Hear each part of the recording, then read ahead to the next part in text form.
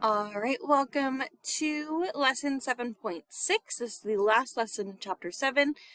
So we're going to cover what does the future hold, especially for human population growth. And then at the end, we're going to have a really quick chapter 7 summary. So going over every lesson, just a couple bullet points from this entire chapter. So learning objective is that you'll be able to describe the specific categories that may influence a human's population's carrying capacity. All right. So what does the future hold? So in order for us to think about this question, we need to remember that the interactions with other species and with other humans will help determine our carrying capacity. Remember that carrying capacity is the maximum number, the maximum population that an area can hold. Remember, population is a specific species. So the biggest population size an area can hold sustainably. So we sometimes will, populations can overshoot that carrying capacity, so they shoot up and then they end up having to crash back down because they use too many resources. But carrying capacity is the max population size an area can hold sustainably, and carrying capacity can change based off of technology that we have, natural disasters, food availability, all of those things. So when we think about human population or human carrying capacity, there's 4 basic factors that are involved in this consideration. The first is available raw materials. Next is available energy. Next is waste disposal, and then interactions with other organisms. So let's talk about raw materials first. So this issue is not limited to the amount of food available. So food could be considered a raw material, but that's not the only thing we're talking about. This can also depend on technology.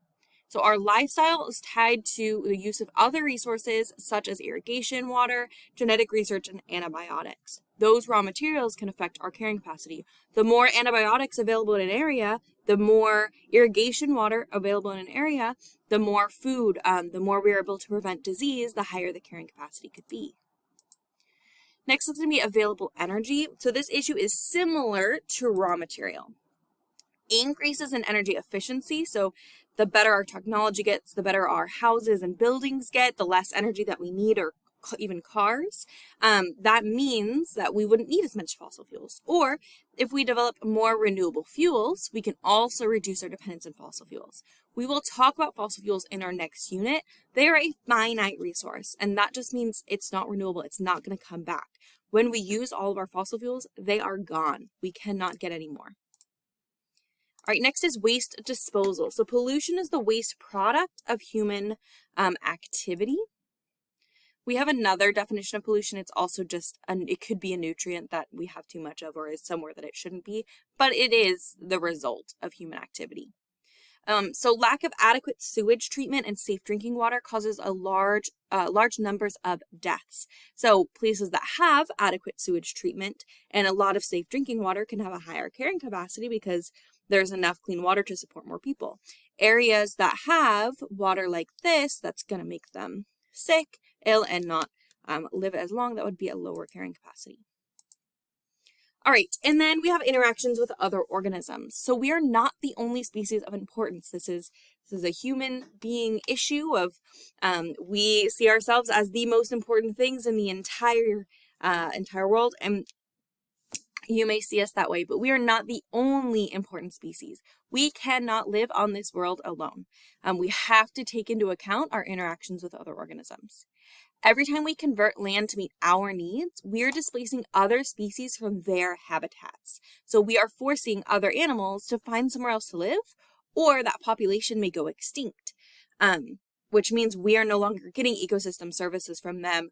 We're risking the health of the ecosystem around us, which means it's risking our clean water, even like the local climate can be affected by how healthy the ecosystem is around. So we definitely need to take into consideration our interactions with other organisms. So what today seems like an unimportant organism may one day be seen as an important link to our own survival. We've talked about food webs and how delicate that balance is, how much every single organism, even if they don't have a direct relationship, that balance is what determines an ecosystem being able to survive and continue to support itself and us. So this wasn't one of the 4, but I also want to talk about social factors that influence human population growth. So current technology and medical knowledge are available to control human population growth and improve the health of the people around the world. But humans are social animals who have freedom of choice and frequently do not wish to do what is considered best from an unemotional, uninvolved, and biological point of view. We are emotional creatures. We are very much ones that look out for ourselves, even if we know that it's not necessarily the best choice in the long run, or taking everything else into consideration. So people make decisions based on history, social situations, ethical and religious considerations, and also personal desires. So if the world's human population continues to grow at its current rate, which is 1.1%, the population will be nearly 10 billion by 2050. The human population is subject to the same biological constraints as other species. There's only so much food, there's only so much water, there's only so much space. We are still affected by disease and things like that. We are not invincible. And the human population will ultimately reach a carrying capacity and stabilize. However, there is disagreement about the exact size and the primary limiting factors.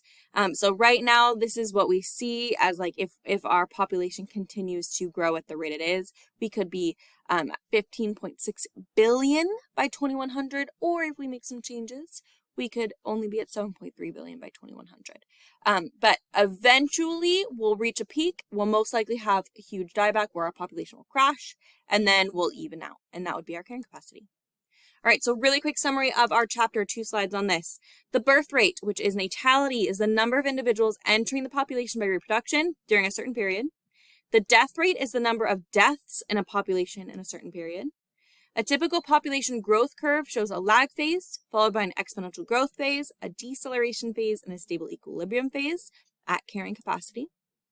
The world's population is growing rapidly. The causes of population growth are biological, social, political, philosophical, and theological. Most of the growth is occurring in less developed countries. Demography is the study of human populations and the things that affect them.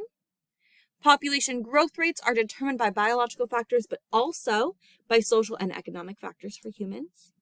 And the demographic transition model suggests that as a country becomes industrialized, its population becomes stabilized.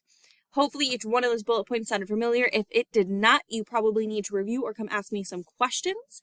And either way, I will see you in the next one, and let me know if you have any questions.